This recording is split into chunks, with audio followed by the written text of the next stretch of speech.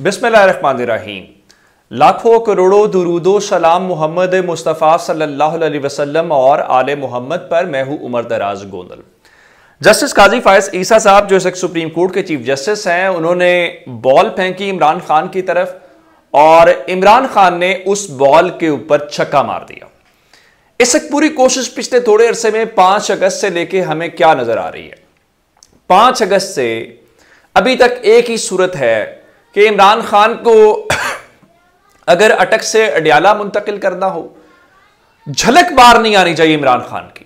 अब supreme court जब खुद कह दे कि ये कॉपीज इमरान खान तक पहुंचाई जाएं और अगर इमरान खान अपनी नुमाइंदगी करना चाहें तो इस बात को यकीनी बनाया जाए।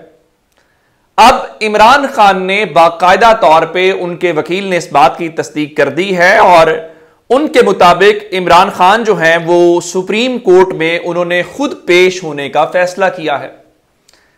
अब इससे पहले इलेक्शन कमीशन बुलाता रहा और किसी ने पेश नहीं किया, अदालतें बुलाती रहीं, किसी ने पेश नहीं किया। अब जब सुप्रीम कोर्ट ने खुद इमरान खान को यह ऑप्शन दी कि अगर वो नुमाइंदगी करना चाहते हैं और इमरान खान इस ऑप्शन को अवेल कर रहे हैं, तो क्या जस्टिस काजी फायज ईसा की सुप्रीम कोर्ट इस ऑप्शन को देने के बावजूद इस बात को यकीनी बना पाएगी कि इमरान खान को अडियाला से सुप्रीम कोर्ट लाया जा सके, या इमरान खान अपनी इस ख्वाहिश और इस फैसले के बावजूद जो कि सुप्रीम कोर्ट ने उनको दिया और उन्होंने उसको फैसला किया, क्या वो अडियाला में ही बैठे रहेंगे और उनको पेश नहीं किया जाएगा? आज एक हैरानकुन खबर हमें देखने को मिली और खबर क्या थी? अडियाला जेल के नवाही इलाके के अंदर एक मशकूक बैग मिला और बताया यह गया है कि उसमें 1.5 किलो से ज्यादा धमाका खेज मवाद मौजूद था और बारूदी मवाद जो है वो हार्ड ड्राइव में था, जिसे नाकारा बना दिया गया और बैग में मौजूद डिवाइस के साथ एक आईडी भी अटैच थी। अब एक खबर यह भी है, जाहिर है आप जानते हैं फिर सिक्योरिटी के मसाइल होते हैं, इनसिक्योरिटी के मसाइल के अंदर कैसे पेश किया जाए। लेकिन इमरान खान ने यह छक्का मार के बता दिया है कि अब जस्टिस काजी फायज ईसा साहब जाने, अडियाला जेल वाले जाने। अब अगर अडियाला जेल वाले या जिन्होंने यह फैसला किया हुआ है कि इमरान खान को बाहर नहीं निकालना, अगर वो सुप्रीम कोर्ट से भी बड़े हैं और ज्यादा ताकत रखते हैं, तो फिर जस्टिस काजी फायज ईसा साहब को मेरे ख्याल से जरूर सोचना चाहिए। और यह सवाल पहले भी था कि 90 रोज वाले इलेक्शन के अंदर जिस तरह से उन्होंने किरदार अदा किया है, वो उस काजी फायज ईसा वाला किरदार नहीं है जो उनसे तवक्को की जाती है। उनसे बेहतर तो खबर आई है कि अतर मिनल्ला साहब ने इस बारे में कहा है कि वो कोई नोट जारी करेंगे और अतर मिनल्ला साहब का ख्याल ये है इजाफी नोट में कि 90 रोज में जिन्होंने इलेक्शन न करवा के आईनी खिलाफ वर्जी की है, उनके खिलाफ एक्शन होना चाहिए। चलिए एक्शन नहीं होगा ये हमें भी पता है, लेकिन कम से कम जज इंटेंट तो जाहिर कर रहा है, बात तो कर रहा है। काजी फायज ईसा साहब ने तो यह भी नहीं किया और काजी फायज ईसा साहब ने उस सवाल को जिसकी बुनियाद के ऊपर यह सारा तनाजा पड़ा, उस सवाल को भी हल नहीं किया और वो अपनी जगह के ऊपर मौजूद है कि आखिर इलेक्शन की तारीख किसने देनी है। अच्छा, दूसरे नंबर के ऊपर जो इंपॉर्टेंट केस है वो आप जानते हैं साइफर वाला है। आज शाह महमूद कुरैशी की दरखास्त जमानत के ऊपर समाअत जो है वो कल तक मुलतवी हो गई है, क्योंकि FIA के जो प्रोसिक्यूटर है शाखावर वो पेश नहीं हो सके, तो समाअत कल के ऊपर चली गई है। लेकिन असल बात यह है कि आज इमरान खान का जो साइफर ट्रायल जेल के अंदर हो रहा है, उसको ओपन करने के हवाले से आज इस्लामाबाद हाई कोर्ट के अंदर जो है वो समाअत हो रही थी।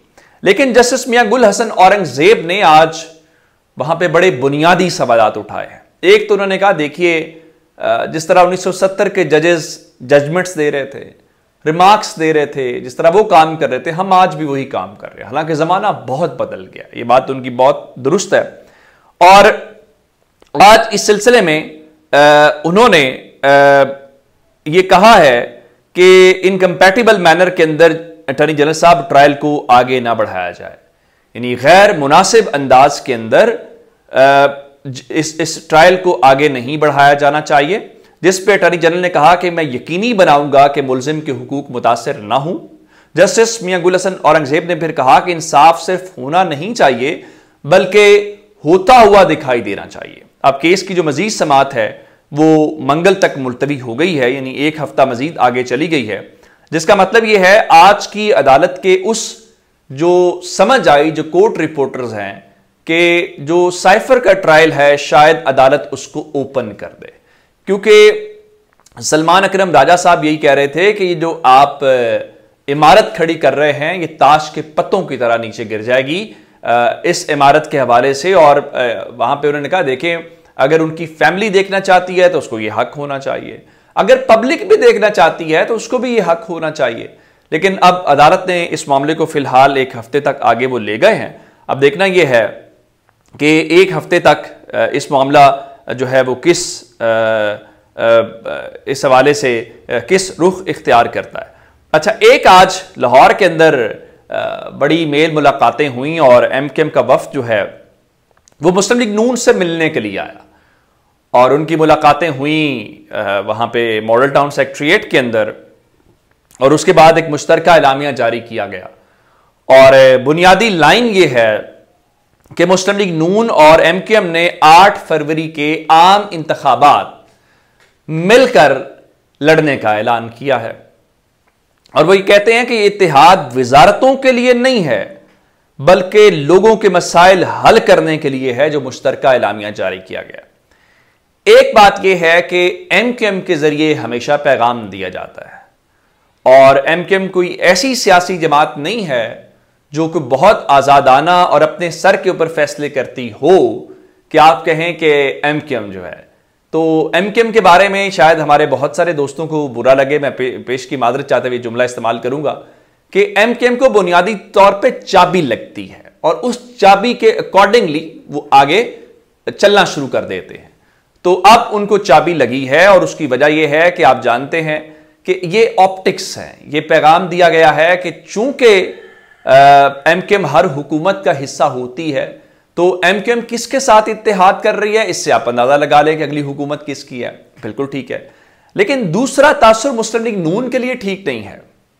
अगर मुस्लिम लीग नून ये समझती है, जिस तरह आज अयाज सादिक फरमा रहे थे कि वजीर आजम के उम्मीदवार तो नवाज शरीफ है, अगर मुस्लिम लीग नून ये समझती है कि वो इस पोजीशन के अंदर है कि वो हुकूमत बनाए, तो फिर मेरे ख्याल से उनको खुले मैदान के अंदर जाना चाहिए। अभी मैदान में आप उतरे नहीं हैं और उससे पहले आपको सहारे चाहिए, एमकेएम की सूरत में चाहिए। अब खबरें हैं कि जीडीए के ऊपर भी काफी शफकत की जा रही है कि हर सूरत जाओ नून लीग के साथ, लेकिन अब खानगढ़ के अंदर घोटकी के अंदर जो आज पीपल्स पार्टी का जलसा है और आसिफ जरदारी वहां पे पहुंच चुके हैं और आज का इज्तिमा या मुलाकातें लाहौर वाली एक तरह से आसिफ जरदारी के लिए भी पैगाम है कि हम आपके घर में आपके खिलाफ इत्तेहाद करके इलेक्शन लड़ेंगे। अब देखना यह है कि आसिफ जरदारी जो हैं वो क्या आज पैगाम देते हैं। और फिर मुस्लिम लीग नून ने आज एक और वफादारी की मिसाल कायम की है। मुस्लिम लीग नून को यह दाद देनी चाहिए कि मुख्तलिफ ब्यूरोक्रेट्स, मुख्तलिफ जजेस, उनको वो नवाजते हैं। अब मुझसे ये मत पूछिएगा कि वो ब्यूरोक्रेट्स आखिर कौन सी ऐसी खिदमात सर अंजाम उनके लिए देते हैं, वो जजेस कौन सी खिदमात सर अंजाम देते हैं। आज ये है कि बशीर मेमन जो DGFIA रहे और इमरान खान के हवाले से काफ़ी इंटरव्यूज़ खुल के देते रहे हैं, आज उनको इस हवाले से मुस्लिम लीग नून सिंध का सदर मुकर्रर कर दिया गया है और उन्होंने बहुत खिदमात सर अंजाम ज़ाहिर दी होंगी और उन खिदमात का सिला जो है मुस्लिम लीग नून को इस चीज़ की दाद दें। कोई ब्यूरोक्रेट हो, कोई जज हो या कोई भी किसी भी जगह के ऊपर सिस्टम में रहते हुए जो मुस्लिम लीग नून के साथ भला करेगा तो मुस्लिम लीग नून उसको भूलती भी नहीं है। बहुत सारी मिसालें दी जा सकती हैं, फवाद हसन फवाद से लेके आहद चीमा, बहुत और बहुत सारे लोग हैं। अपना बहुत सा ख्याल रखिएगा। खुदा हाफिज।